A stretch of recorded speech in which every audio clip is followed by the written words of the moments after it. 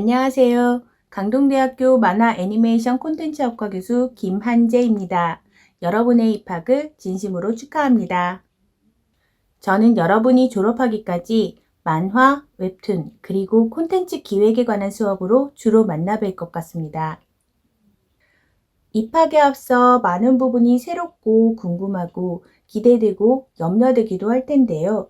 우리 강동대학교 만화 애니메이션 콘텐츠학과는 콘텐츠의 기획 단계, 설정 단계, 스토리 작성부터 작화, 영상, 2D 애니메이션까지 콘텐츠를 만들면서 반드시 필요한 과목들로 탄탄하게 구성이 되어 있습니다. 때문에 학생 여러분들이 한 부분도 소홀히 하지 않고 차근차근 따라와 주시면 졸업할 무렵 반드시 원하는 스펙을 쌓으실 수 있습니다. 학과 생활을 하면서 진행하는 많은 부분들은 카페와 단체 톡방을 함께 운영하며 학과의 모든 교수님들이 작은 부분까지 멘토링을 하고 있습니다. 적극적으로 참여하시면 보다 많은 정보 공유가 가능하며 학과 생활을 하는 데 도움이 될 것이니 이 점 유념하시고 활발한 활동 부탁드리겠습니다. 앞으로 2년 동안 여러분이 원하는 스펙을 위하여 함께하겠습니다. 부디 첫마음 잃지 말고 내가 정말 원하고 성취하고 싶은 것이 무엇인지 잊지 말고 끝까지 정진하시길 바랍니다. 개강 후에 만나 뵙겠습니다. 감사합니다.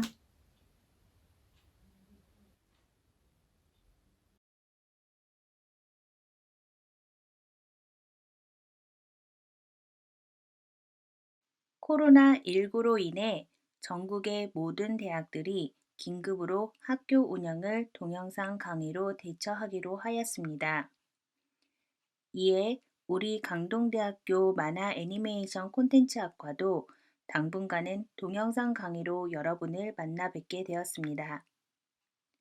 여러분과 모두의 안전을 위한 조치오니 서로 얼굴 맞대고 강의를 시작하고자 하는 마음은 잠깐 뒤로 하고 건강한 환경에서 만나 뵙기를 간절히 바라고 있습니다.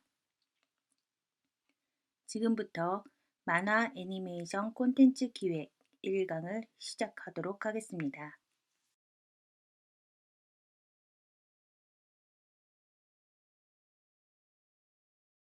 우선 1학기 동안 진행되는 강의 내용을 설명해 드리도록 하겠습니다.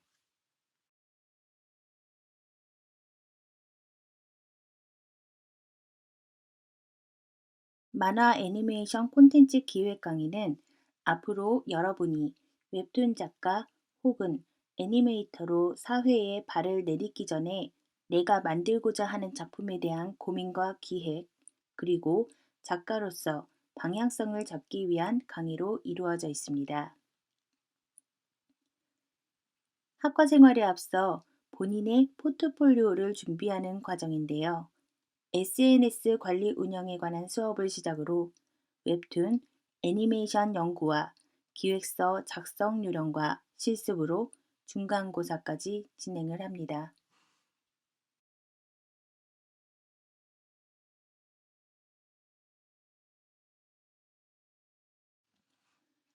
중간고사 이후에는 슈퍼스트링 사례를 중심으로 기획회의를 진행해 보기도 하고 각종 만화, 애니메이션 관련 페스티벌 분석과 작가라면 누구나 욕심내볼 만한 굿즈 제작 실습, 그리고 나를 세상에 내보내기 위한 첫 준비로 이력서와 기획서 작성 실습을 하게 될 것입니다. 졸업까지 내가 가고 싶은 방향을 정하게 되는 기초 단계로 강의 하나하나 허투루 진행되지 않을 것입니다. 쉽지는 않겠지만 정성을 가지고 수업에 임한다면 결코 어렵지도 않습니다.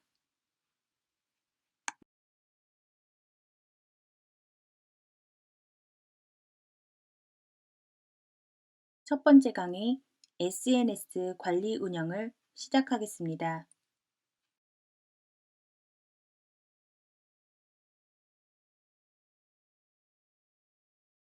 마케팅이란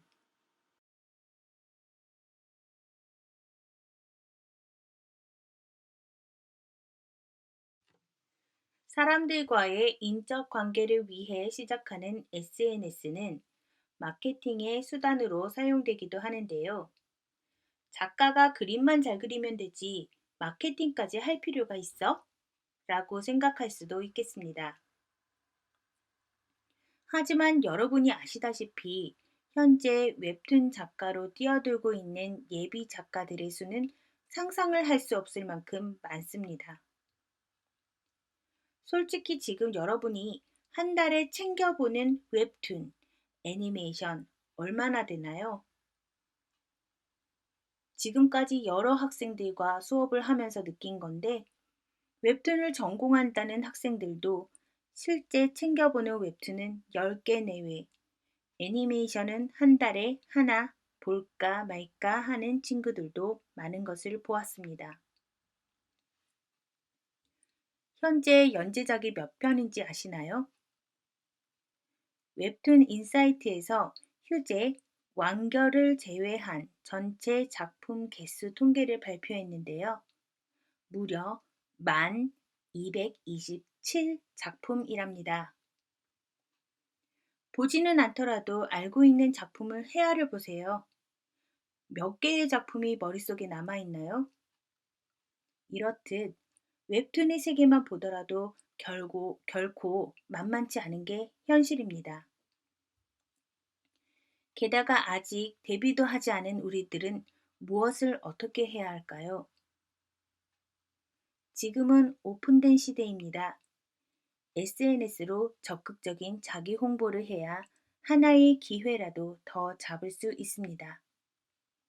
때문에 이 수업을 시작하며 여러분은 여러분의 작품을 세상에 알리기 위한 계정을 하나씩 만들기로 하였습니다.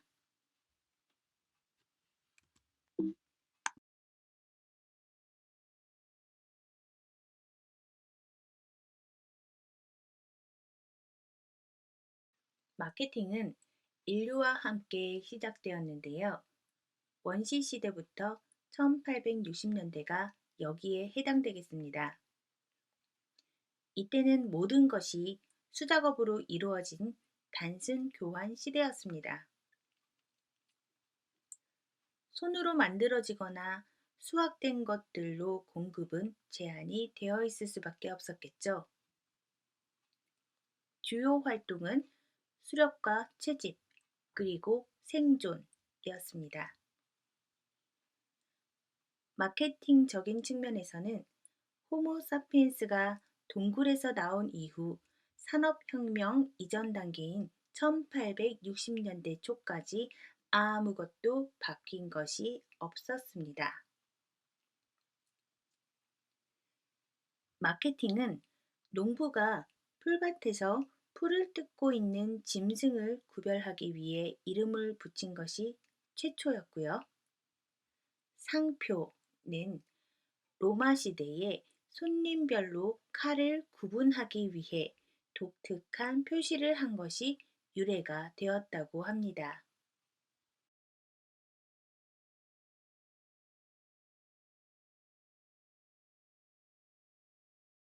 1860년부터 1920년대는 만들기만 하면 팔려나간 생산 시대였습니다. 대량 생산 기술로 소비재를 쉽게 손에 넣을 수 있게 되면서 마케팅이라는 개념이 처음으로 등장했습니다. 무조건 팔려나가는 시대여서 마케팅이라는 개념만 등장했을 뿐 구체적인 방법론은 발달하지 못했습니다.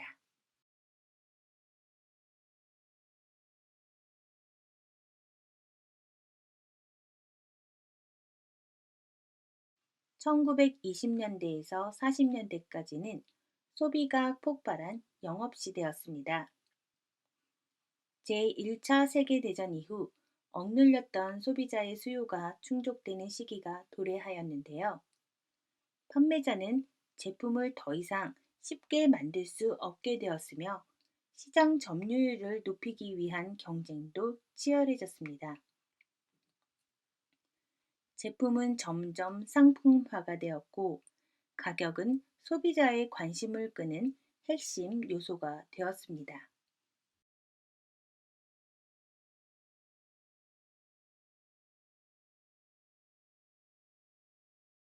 1940년대에서 1960년대에는 경기 호황을 등에 업은 마케팅 부서의 시대가 되었습니다.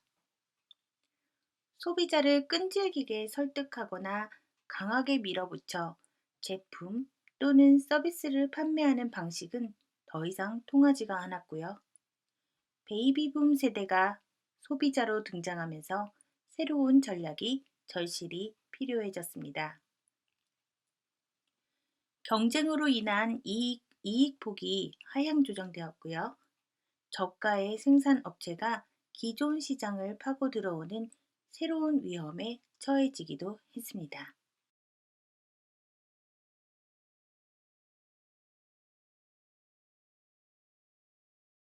1960년에서 1990년대는 소비자가 왕이 된 마케팅 기업 시대가 되었습니다.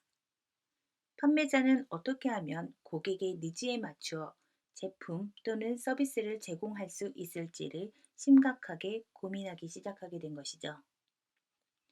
마케팅의 목적은 영업이라고 생각했던 과거와의 이별을 의미합니다. 기업의 조직 전체가 고객, 잠재 고객, 사용자, 소비자와 직접 접촉해야 하는 시기가 된 것입니다.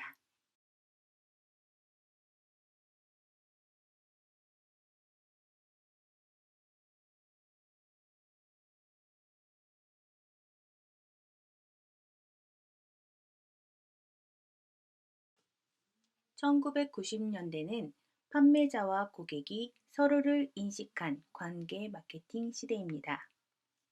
1993년 돈 페퍼스와 마사 로저스는 1대1 마케팅 리더에서 1대1 마케팅이라는 새로운 개념으로 고객을 대하는 완전히 다른 각도를 설명하고 있습니다. 고객 관계 관리, 데이터 마이닝, 개별 고객의 행동 패턴에 대한 정보를 수집하기 위해 모든 시스템을 한데 연결하는 것이 마이크로소프트, 델, 구글, 페이스북, 비자, 기타 글로벌 판매자의 주요 추진 사항이 되었습니다. 데이터 마이닝이란 많은 데이터 가운데 숨어 있는 유용한 상관관계를 발견하여 미래에 실행 가능한 정보를 추출해내고 이를 의사결정에 이용하는 과정을 말합니다.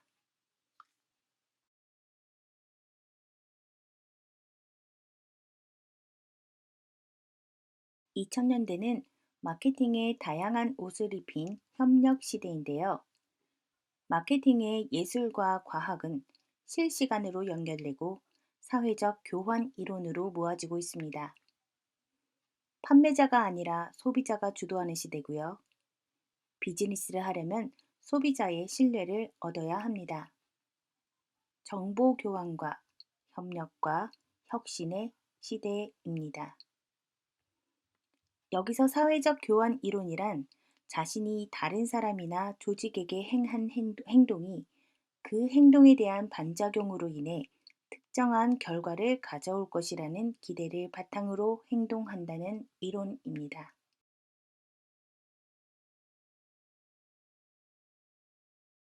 SNS 마케팅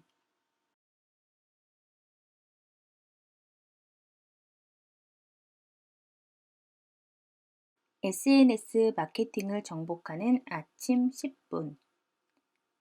첫 번째, 트위터에 나의 작품이 거론되었는지 체크하기.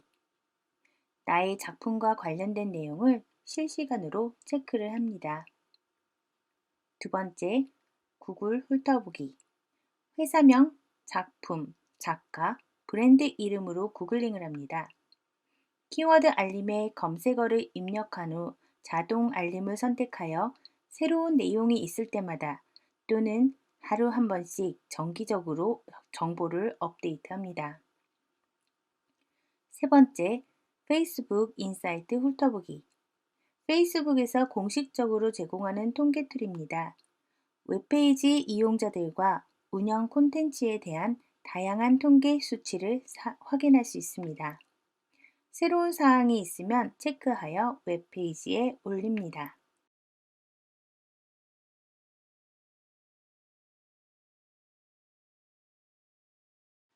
푸시는 줄이고 풀은 늘리자. SNS 마케팅은 매출을 바로 올리기보다는 고객이 마케팅 과정에서 협조자 역할을 하도록 만들고자 하는 목적이 더 강합니다.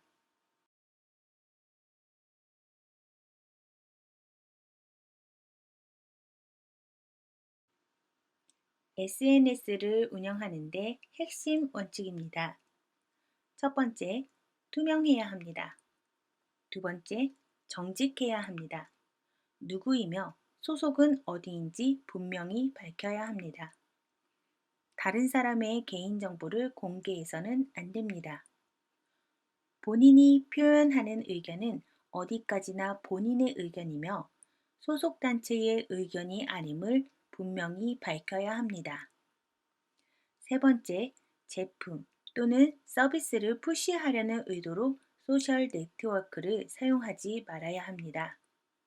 만약 회사, 제품 또는 서비스를 홍보하기 위해 소셜 네트워킹의 연락처를 사용하는 것이라면 사전에 해당 소속 단체의 누구라고 밝혀야 합니다.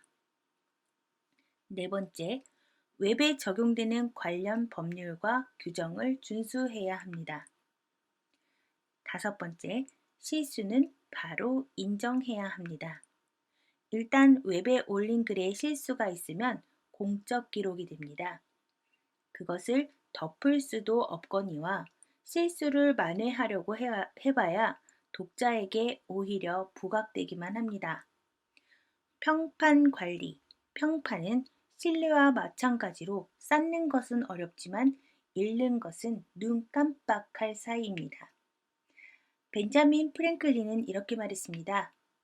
좋은 평판을 쌓으려면 선행을 숱하게 해야 하지만 이루려면 나쁜 일 한 번만 하면 된다. 고요. 여섯 번째, 건설적이며 타인의 명예를 훼손하지 말아야 합니다. 일곱 번째, 허락 없이 다른 사람의 글을 올리지 말아야 합니다. 퍼나르기를 할 때에는 반드시 출처를 밝혀야 합니다.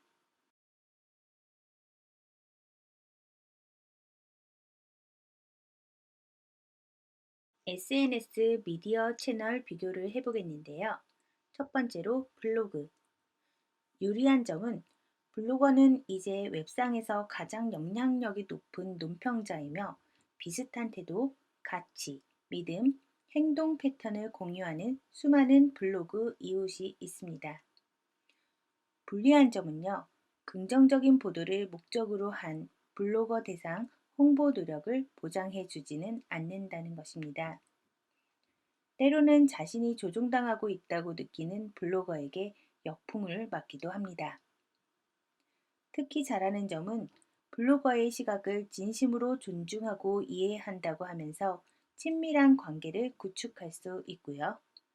특히 못하는 점은 기업은 블로거와의 상업적인 약속에 주의해야 한다고 하는 점입니다.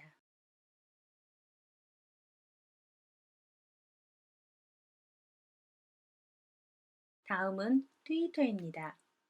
유리한 점은 자기 의견을 자유롭게 제시할 수 있고요. 다른 웹상의 기사를 링크할 수 있습니다. 140자 제한은 오히려 스토리에 집중할 수 있도록 해줍니다. 불리한 점은요. 일단 트위터를 시작해서 팔로잉을 구축했으면 조심스럽게 관리해야 합니다. 전달 모드보다는 수용 모드에 가깝습니다. 특히 잘하는 점은 실시간으로 트렌드를 추적하며 즉각적인 여론을 모으는데 유용하고요. 조직의 이미지와 인식을 24시간 사이클로 체크할 수 있습니다. 특히 못하는 점은 자세한 설명이 필요한 복잡한 생각, 문제, 아이디어는 다른 채널을 이용해야 합니다. 커뮤니케이션 과정의 한 부분으로 생각하고 사용해야 합니다.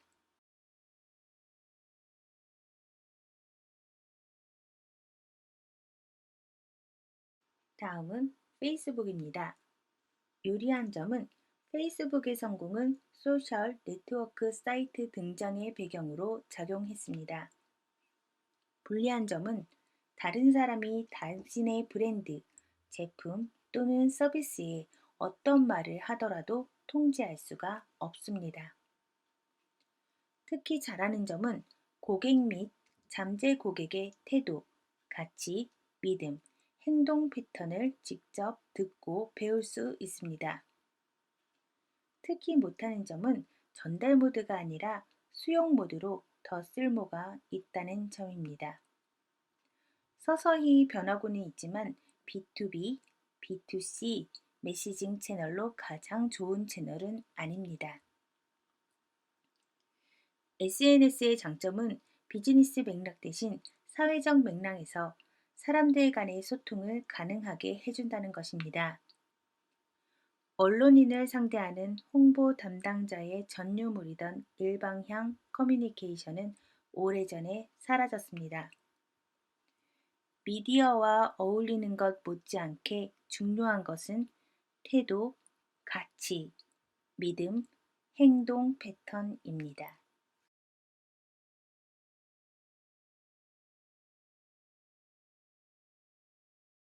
실전.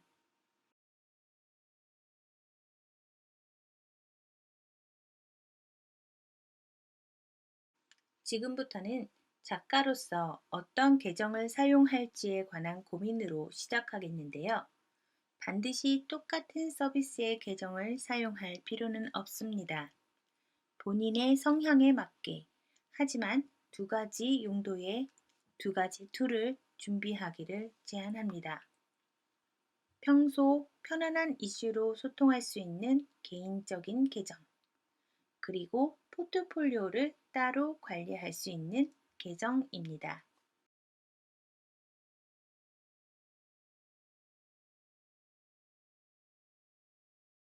본 강의에서는 포트폴리오로서의 기능으로 사용하기 좋은 인스타그램을 소개하도록 하겠습니다. 인스타그램은 인스턴트와 텔레그램의 합성어로 세상의 순간들을 포착하고 공유한다 라는 뜻입니다.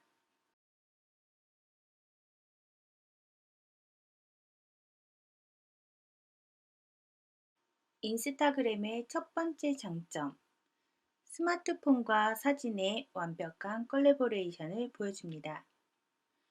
폴라로이드 사진을 연상케 하는 정사각형 모양의 사진 크기, 플로잉 시스템, 뉴 스피드 시스템 등 페이스북과 트위터의 장점을 합쳤습니다. 정사각형 이미지와 특수 효과를 사용할 수 있습니다. 이미지화가 강합니다. 해시태그는 29개까지 가능합니다.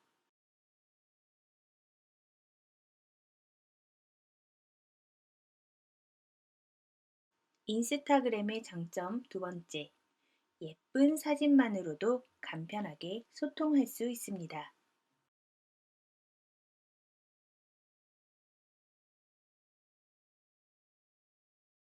인스타그램의 장점 세 번째, 같은 관심을 가진 모든 사람들을 묶을 수 있는 해시태그가 있습니다.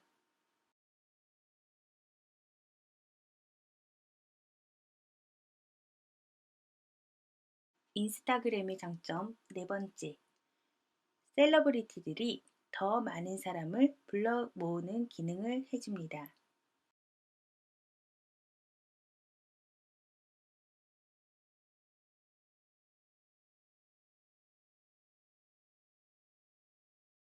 SNS 운영 요령입니다. 먼저 개인 계정, 성향대로, 하지만 결과적으로 비즈니스적으로 연결하고 싶다면 일과 관련된 일상을 우선적으로, 글을 쓸 때에도 뭔가 일과 관련된 인사이트나 노하우, 정보라든지 혹은 내 마음가짐 같은 표현이 많이 있으면 장기적으로 유리할 수 있습니다. 내 사생활을 기록하는 개인 계정은 내가 어떤 사람인지 느껴지는 게 포인트입니다. 이 사람이 누구인지가 보이고 그 과정에서 신뢰와 호감이 생겨야 됩니다. 일상의 기록을 하더라도 일과 관련된 일상을 주로 기록하고 그 일을 대하는 마음가짐, 생각, 진심, 행동 등이 드러날수록 도움이 됩니다. 포트폴리오 계정, 인스타그램을 추천하고요. 따로 만들어서 일과 관련된 결과물들을 차근차근 업로드하는 곳입니다. 팔로워가 많지 않아도 되고요. 포트폴리오를 요청할 때 이 포트폴리오 계정의 URL을 첨부하거나 소식만 받고 싶다고 하시는 분들한테 이 계정을 안내하는 것처럼 효과적으로 사용이 가능합니다.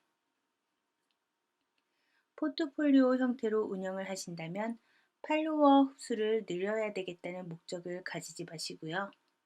무분별하게 모든 걸 다 올리시기보다 사람들한테 조금 더 어필하고 싶은 콘텐츠들을 잘 쌓는 것을 추천합니다.